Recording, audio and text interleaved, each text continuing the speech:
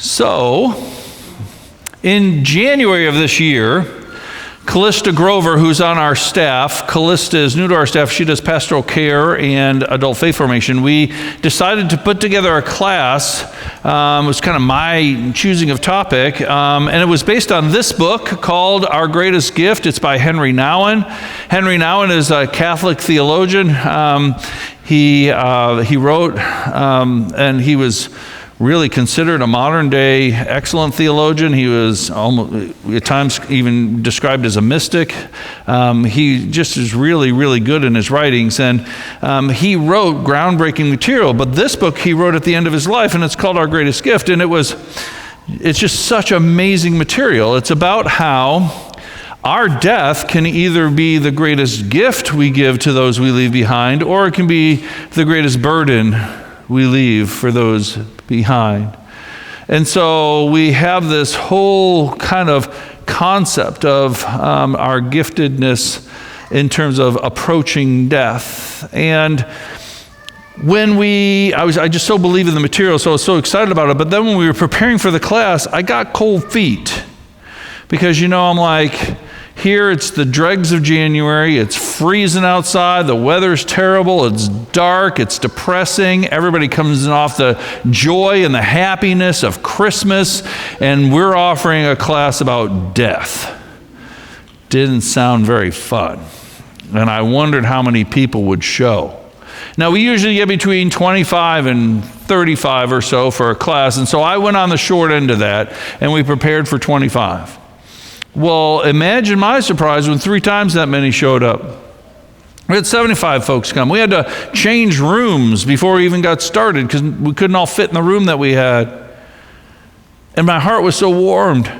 I was shocked, but my heart was so warmed. And the reason why I was, so excited about that was because even then we had some snowbirds leave and we had more people come. By the end of the class that we had offered, we had about 100 folks that we had served. And then when I reflected on it a little bit, I thought, this shouldn't have surprised me. Because at Sheridan, we have very pragmatic folks. We have very practical folks. Right? The only thing for sure is death and taxes. And so we better prepare for these things. So we have very practical folks. We have very smart folks who know that there's an advantage to doing it and doing it well. And so we have smart folks among y'all. And so there was that kind of understanding. And we have faithful folks, obviously, in our congregation who aren't afraid of hard topics. And so this class was huge, and it was wonderful. And it was hollow and sacred ground. We loved it. It was awesome.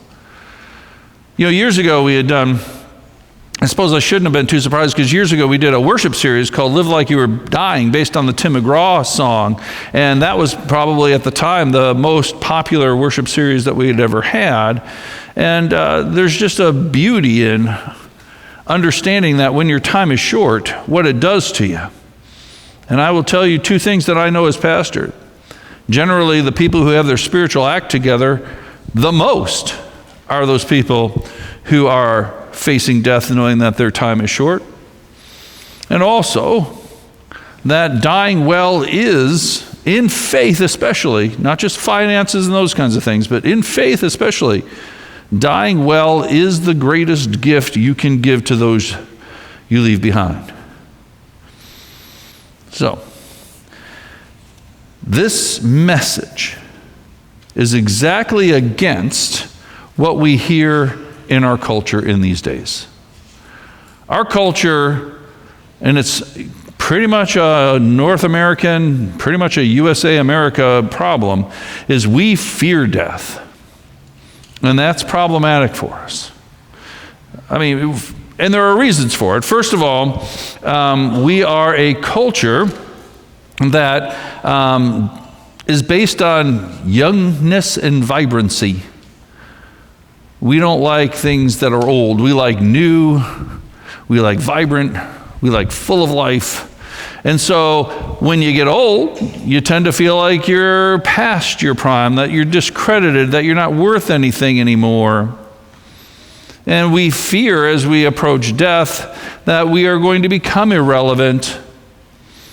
What's odd to me is that we're the only developed nation in the world who's like that. Every place else in the world you go, and if you're old, you're revered. Not here. We also tend to be somewhat of a superstitious lot, that if I prepare all that stuff, aren't I going to make it happen? Now, I know that we know in our heads that that's not true, but in our hearts, we kind of fall into that, some of us do.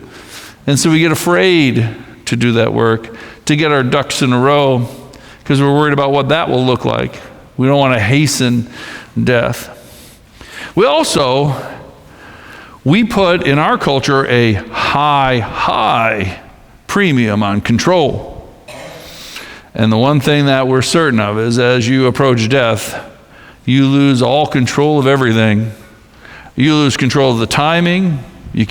Doesn't come when you want it to come or don't want it to come. You lose control of stuff with your body. Let's put it this way, you lose your dignity. Nobody wants that. Nobody likes that. Nobody's comfortable with that. We want to be in control, and we can't be. And so that's hard. And finally, the thing that causes us to fear death, I believe probably the least talked about and biggest factor, has to do with loneliness. Death isolates us.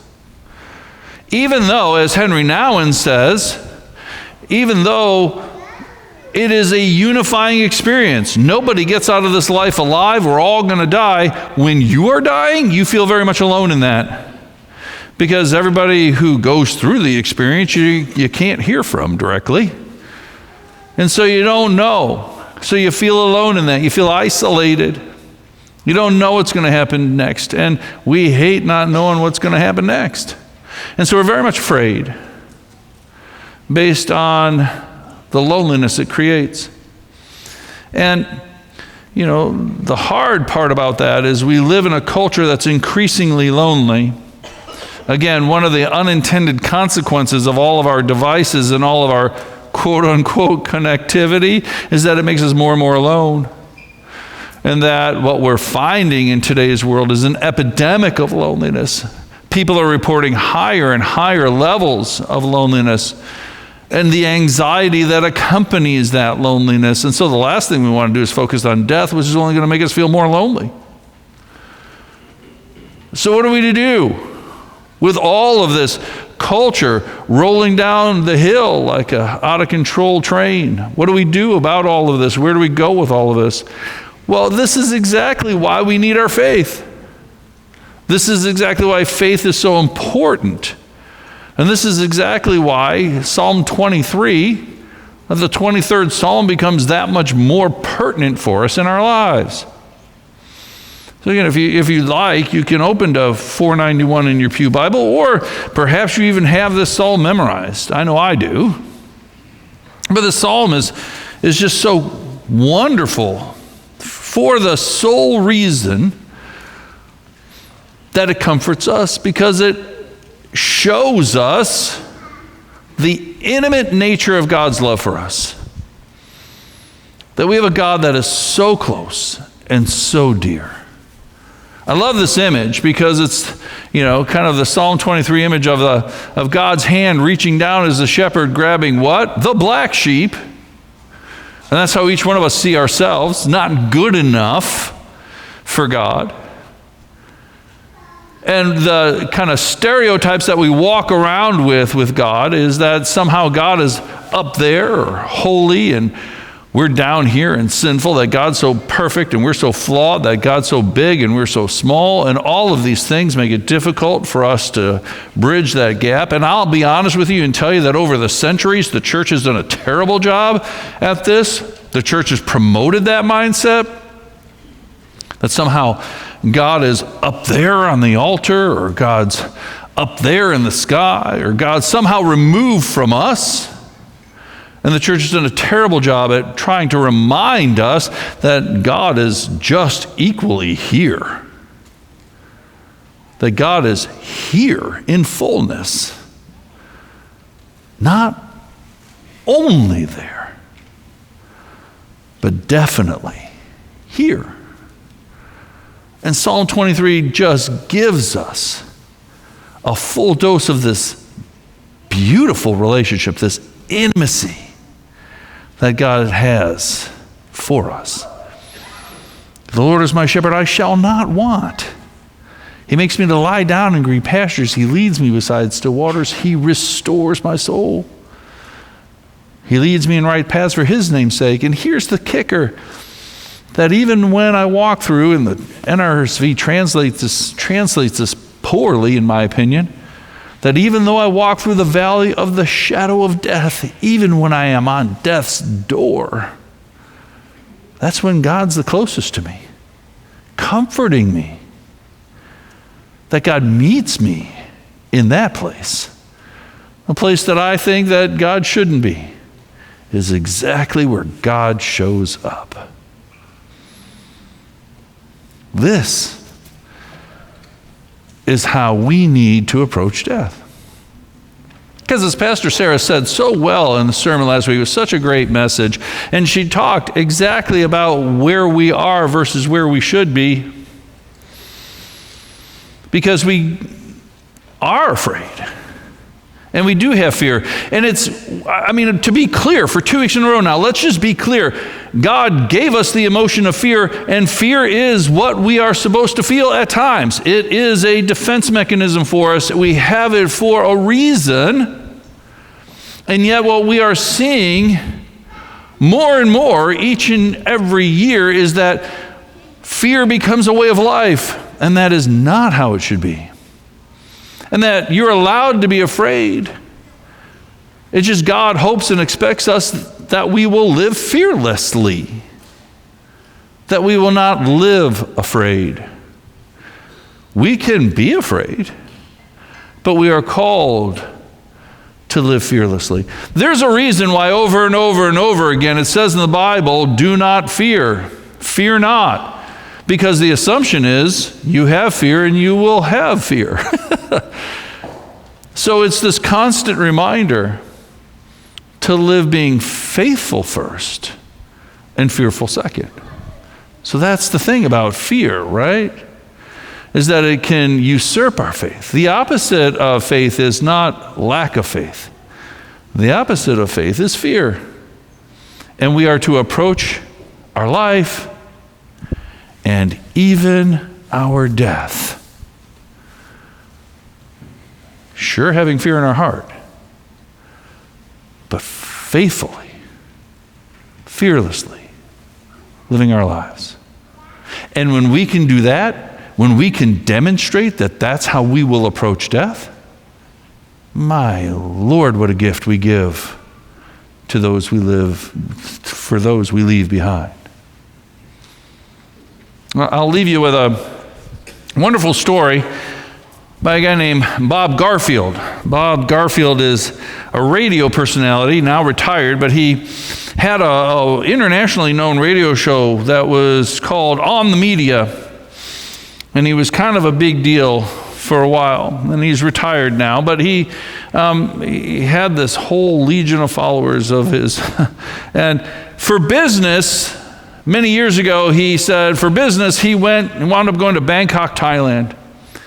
And when he got done with his business that he was doing there, he had friends there also. And so they all gathered and they went out to supper. Now, they went out and had traditional Thai food, maybe slightly spicier than the food he normally eats. And so he got done with the whole big spicy food thing, and then they went to several pubs, and finally he retired to his hotel room. And when he was in the hotel room, he suddenly started not feeling so good. Now, the story's going to come with a disclaimer that I'll get to in just a minute, but he started not feeling so good. He had burning in his chest. He was trying to figure out, is my fingers tingling? What's going on? He was just like, but then he was like, what do I do? Said, I don't know Thai. I don't know how to even where a hospital is, how to get there. I don't even know how to speak to the people in the lobby. He was like feeling really stuck, and he was feeling terrible. He actually jokingly wrote afterwards, he said, I kept thinking about how the word myocardial infarction would be translated into Thai. So what he did was he wrote letters to his wife and kids, and he lay down on his bed. Now here's where the disclaimer comes. I don't care if you're in Thailand or not. If you're feeling chest pains, call somebody, right? I mean, I had a dad who at 51 waited too long to go to the hospital and he didn't live. He died of a heart attack. So I'm all about calling the ambulance for sure. So do it. But Bob Garfield went to sleep. He woke up the next day realizing it was just heartburn and gas. So he was happy. But he woke up elated. He had such a joy and a peace. And he said it wasn't because he was alive, but he came to a startling revelation. It was that he wasn't afraid to die. That's why he was joyous. He said, and I quote, "I was at peace with myself, and that was a priceless revelation." So, my friends, we have a God who loves us. You have a God who loves you so much that he sent his only son to die and rise. And he's not up there or out there. He's right here, knowing everything about you and loving you anyway, so that even and especially when you walk through the valley of the shadow of death, he is there to comfort you. That you are never alone and that you always matter. And it is my hope and prayer for you that you will have that priceless revelation, that your faith exceeds your fear, and that while you are scared, you can still faithfully live fearlessly. Let us be in prayer.